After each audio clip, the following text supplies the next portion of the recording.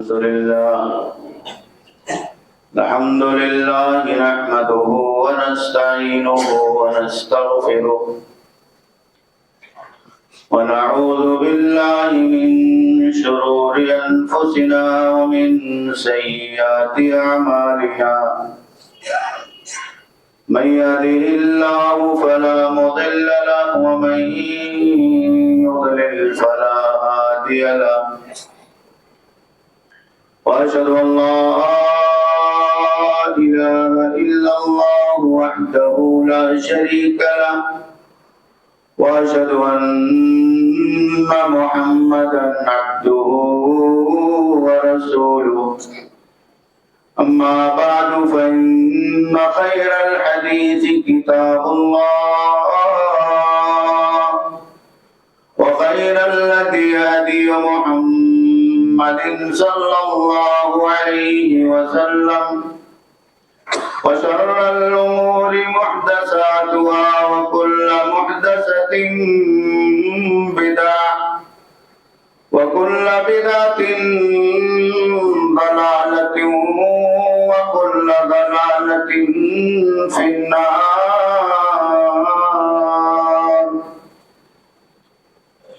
فأعوذ بالله من الشيطان الرجيم. بسم الله الرحمن الرحيم. يا أيها الذين آمنوا اتقوا الله حق تقاته ولا تموتن إلا وأنتم مسلمون.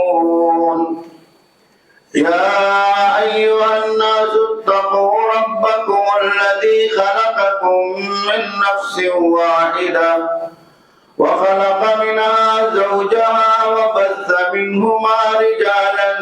كثيرا ونساء واتقوا الله الذي تساءلون به والأرحام إن الله كان عليكم رقيبا. يا أيها الذين آمنوا اتقوا الله وقولوا قولا سديدا يصلح لكم أعمالكم ويغفر لكم ذنوبكم ومن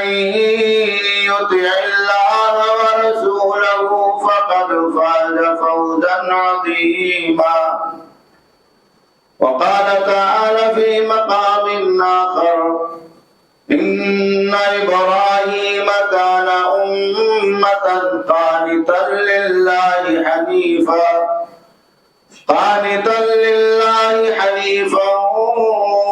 ولم يك من المشركين. اللہ رب الجلال جس نے ہمیں اور آپ کو اس کائنات میں عدم سے وجود بخشا اور دنیا کی بے شمار نعمتیں ہمیں اور آپ کو عطا فرمائی اور اسی کے ساتھ ساتھ ایمان اور اسلام کی عظیم الشان دولت سے مالا مال فرمایا. یہ اللہ رب العالمین کا ہم سب پر اس کا بہت ہی بڑا احسان اور فضل و کرم ہے جس کے بدلے میں ہم اور آپ اللہ رب العالمین کی جتنی بھی بزرگی بڑائی کبریائی تسبیح و تحلیل بیان کریں وہ ہمارے اور آپ کے لیے اس کے مقابلے میں بہت ہی کم ہے. اللہ رب العالمین کی بے شمار حمد و ثنا بزرگی بڑائی اور شکر گزاری کے بعد اس کائنات میں بھیجے گئے تمام انبیاء کرام سیدنا آدم علیہ السلام سے لے کر معمار کعبہ حضرت ابراہیم علیہ السلام اور خاص طور پر ہمارے اور آپ کے آخری اور انتم نبی امام الانبیاء رحمت للعالمین محمد عربی جناب محمد رسول اللہ صلی اللہ علیہ وسلم پر اور آپ کے تمام آل و صحاب پر ازواج و ذریات پر بے شمار درود و سلام نازل ہو، جنہوں نے نیکیوں کا راستہ اللہ رب العالمین کی توحید کا راستہ اور نبیوں کی قربانیوں کا راستہ اس دنیا کے اندر ہمیں اور آپ کو دکھلایا اور بتلایا، اور اس پر خود بھی عمل کیا، اور دنیا کے سامنے اپنی زندگی میں ایک نقش عمل پوری کائنات کے لیے پیش فرمایا۔ میرے دینی بھائیوں اور دوستوں، خطبہ مسنونہ کے بعد قرآن مجید کی ایک آیت کریمہ حضرات کی خدمت میں پڑھی گئی ہے، جس میں اللہ رب العالمین نے حضرت ابراہیم علیہ السلام کا تذکرہ فرمایا۔ اللہ رب العالمین نے بیان فرمایا کہ ابراہیم علیہ السلام تنہا ایک امت تھے اور امت کے مقابل تھے، اور اللہ رب العالمین کے لیے اس کائنات میں بھرپور عبادت کرنے والے، خشوع اور خضوع کے ساتھ زندگی گزارنے والے تھے، اور دنیا کی تمام باطل سوچ اور فکر کو چھوڑ کر کے، تمام معبودان باطلہ کو چھوڑ کر کے ایک اللہ کے دین پر قائم رہنے والے اور اسی پر ڈٹے رہنے والے تھے، اور کبھی بھی شرک اور اللہ رب العالمین کے ذات، افعال اور صفات میں دوسروں کو شریک ٹھہرانے والے نہیں تھے۔ سیدنا ابراہیم علیہ السلام کا تذکرہ یوں تو قرآن مجید نے بار بار کیا ہے، اور ابراہیم علیہ السلام کے نام سے اللہ رب العالمین نے ایک سورت کو بھی خاص فرمایا ہے، اور جا بجا ان کا قصہ، ان کی زندگی کے تذکرے، اور ان کے ساتھ اللہ رب العالمین نے دعوت اور ایمان کی جو جرات عطا فرمائی تھی، اس کا ذکر اللہ رب العالمین نے چھیڑا ہے۔ اور اس کے بعد اللہ رب العالمین نے ہجرتوں کا وہ واقعہ جسے ابراہیم علیہ السلام نے اختیار کیا تھا اپنے دین اور ایمان کو بچانے کے لیے، اور اس کائنات میں اللہ رب العالمین کی عبودیت اور بندگی کو قائم کرنے کے لیے، اور خاص طور پر انہیں سنگلاخ وادیوں سے ہوتے ہوئے اللہ رب العالمین کی قدرت اور مشیت کے مطابق اس کائنات میں ایک توحید کا مرکز قائم کرنے کے لیے، جو خانہ کعبہ کی شکل میں اور بیت اللہ الحرام کی شکل میں اس روئے زمین پر آج بھی موجود ہے، اور پوری دنیا میں اہل ایمان کا اور اہل توحید کا سب سے عظیم الشان مرکز ہے۔ میرے دینی بھائیوں اور دوستوں، ابراہیم علیہ السلام کی زندگی کو ہمیں اور آپ کو قرآن کے حوالے سے پڑھنا چاہیے۔ اللہ رب العالمین نے ابراہیم علیہ السلام کی زندگی کے جس جد و جہد کا تذکرہ فرمایا ہے، وہ جد و جہد عراق کی سرزمین سے شروع ہوتی ہے، اور سب سے پہلی لڑائی اپنے گھر میں، اپنے خاندان میں اور اپنے قبیلے میں ابراہیم علیہ السلام کی ہوتی ہے، بت پرستی کے خلاف، بت سازی کے خلاف، اور بت گری اور بت فروشی کے خلاف۔ اس دنیا کو اللہ رب العالمین نے نبیوں کے ذریعے سے جو دعوت توحید عطا فرمایا تھا، اور ابراہیم علیہ السلام سے پہلے سینکڑوں انبیاء کرام اس کائنات میں تشریف لائے تھے،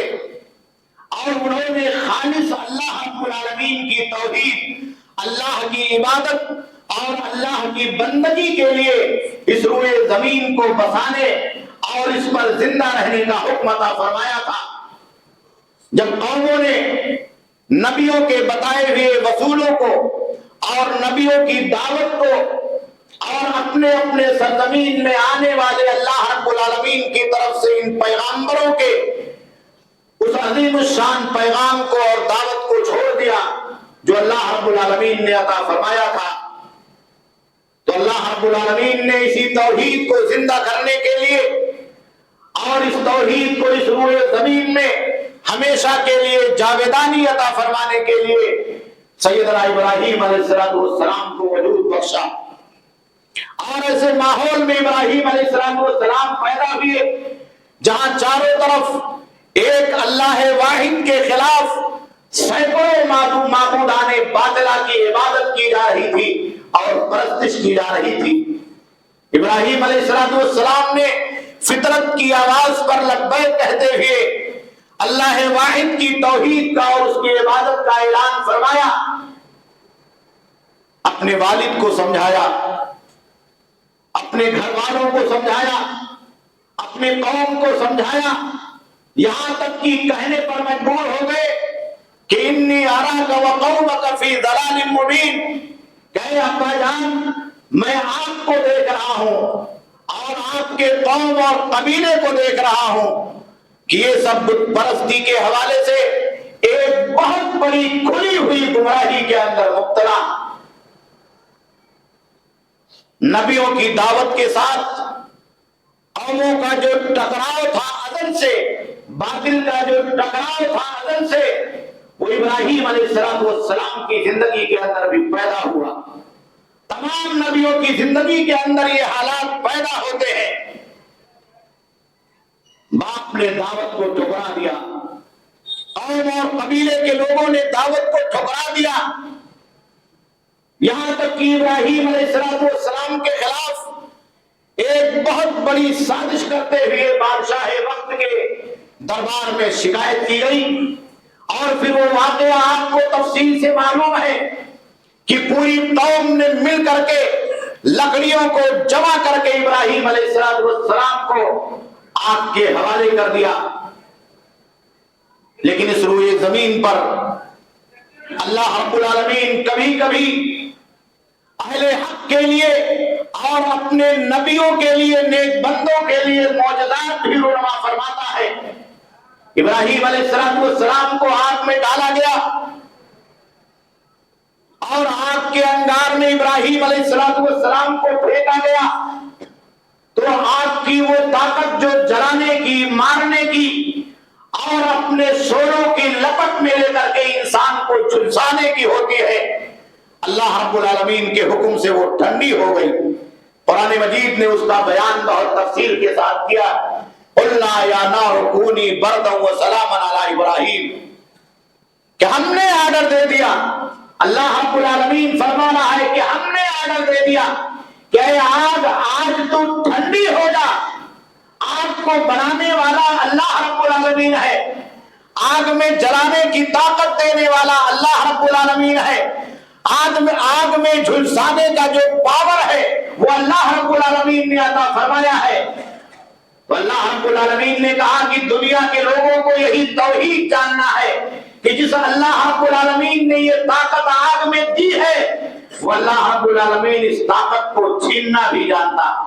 اس طاقت کو ختم کرنا بھی جانتا ہے، آگ کو سرد بنانا بھی جانتا ہے، آگ کو اللہ رب العالمین ٹھنڈی کرنا بھی جانتا ہے۔ تو اللہ رب العالمین کا حکم آ گیا اور آگ ابراہیم علیہ السلام کے لیے ٹھنڈک بن گئی۔ یہ بھی اس روئے زمین پر اہل توحید کی حق پرستی کا اور اللہ رب العالمین کے اس پیغام دعوت کا جو انبیاء لے کر کے آئے تھے اس کی سچائی کا وہ اعلان تھا جس کو دنیا کے لوگوں کو سمجھنا چاہیے۔ اور اس طرح کے معجزات کبھی کبھی دنیا کے اندر رونما ہوتے ہیں، اللہ رب العالمین برپا کرتا ہے تاکہ کائنات کے کونی نظام میں تبدیلی اور تغیر کے ذریعے سے جس کو ہماری آنکھیں تسلیم کرنے کے لیے تیار نہیں ہوتی ہے، ہمارے کان سننے کے لیے تیار نہیں ہوتے ہیں، ہم اسے ماننے کے لیے تیار نہیں ہوتے ہیں، لیکن آخر میں دنیا کے لوگوں کو اپنی تمام تر طاقت و جبروت کے باوجود اپنے گھٹنوں کو اللہ کی طاقت کے سامنے موڑنا پڑتا ہے، ٹیکنا پڑتا ہے۔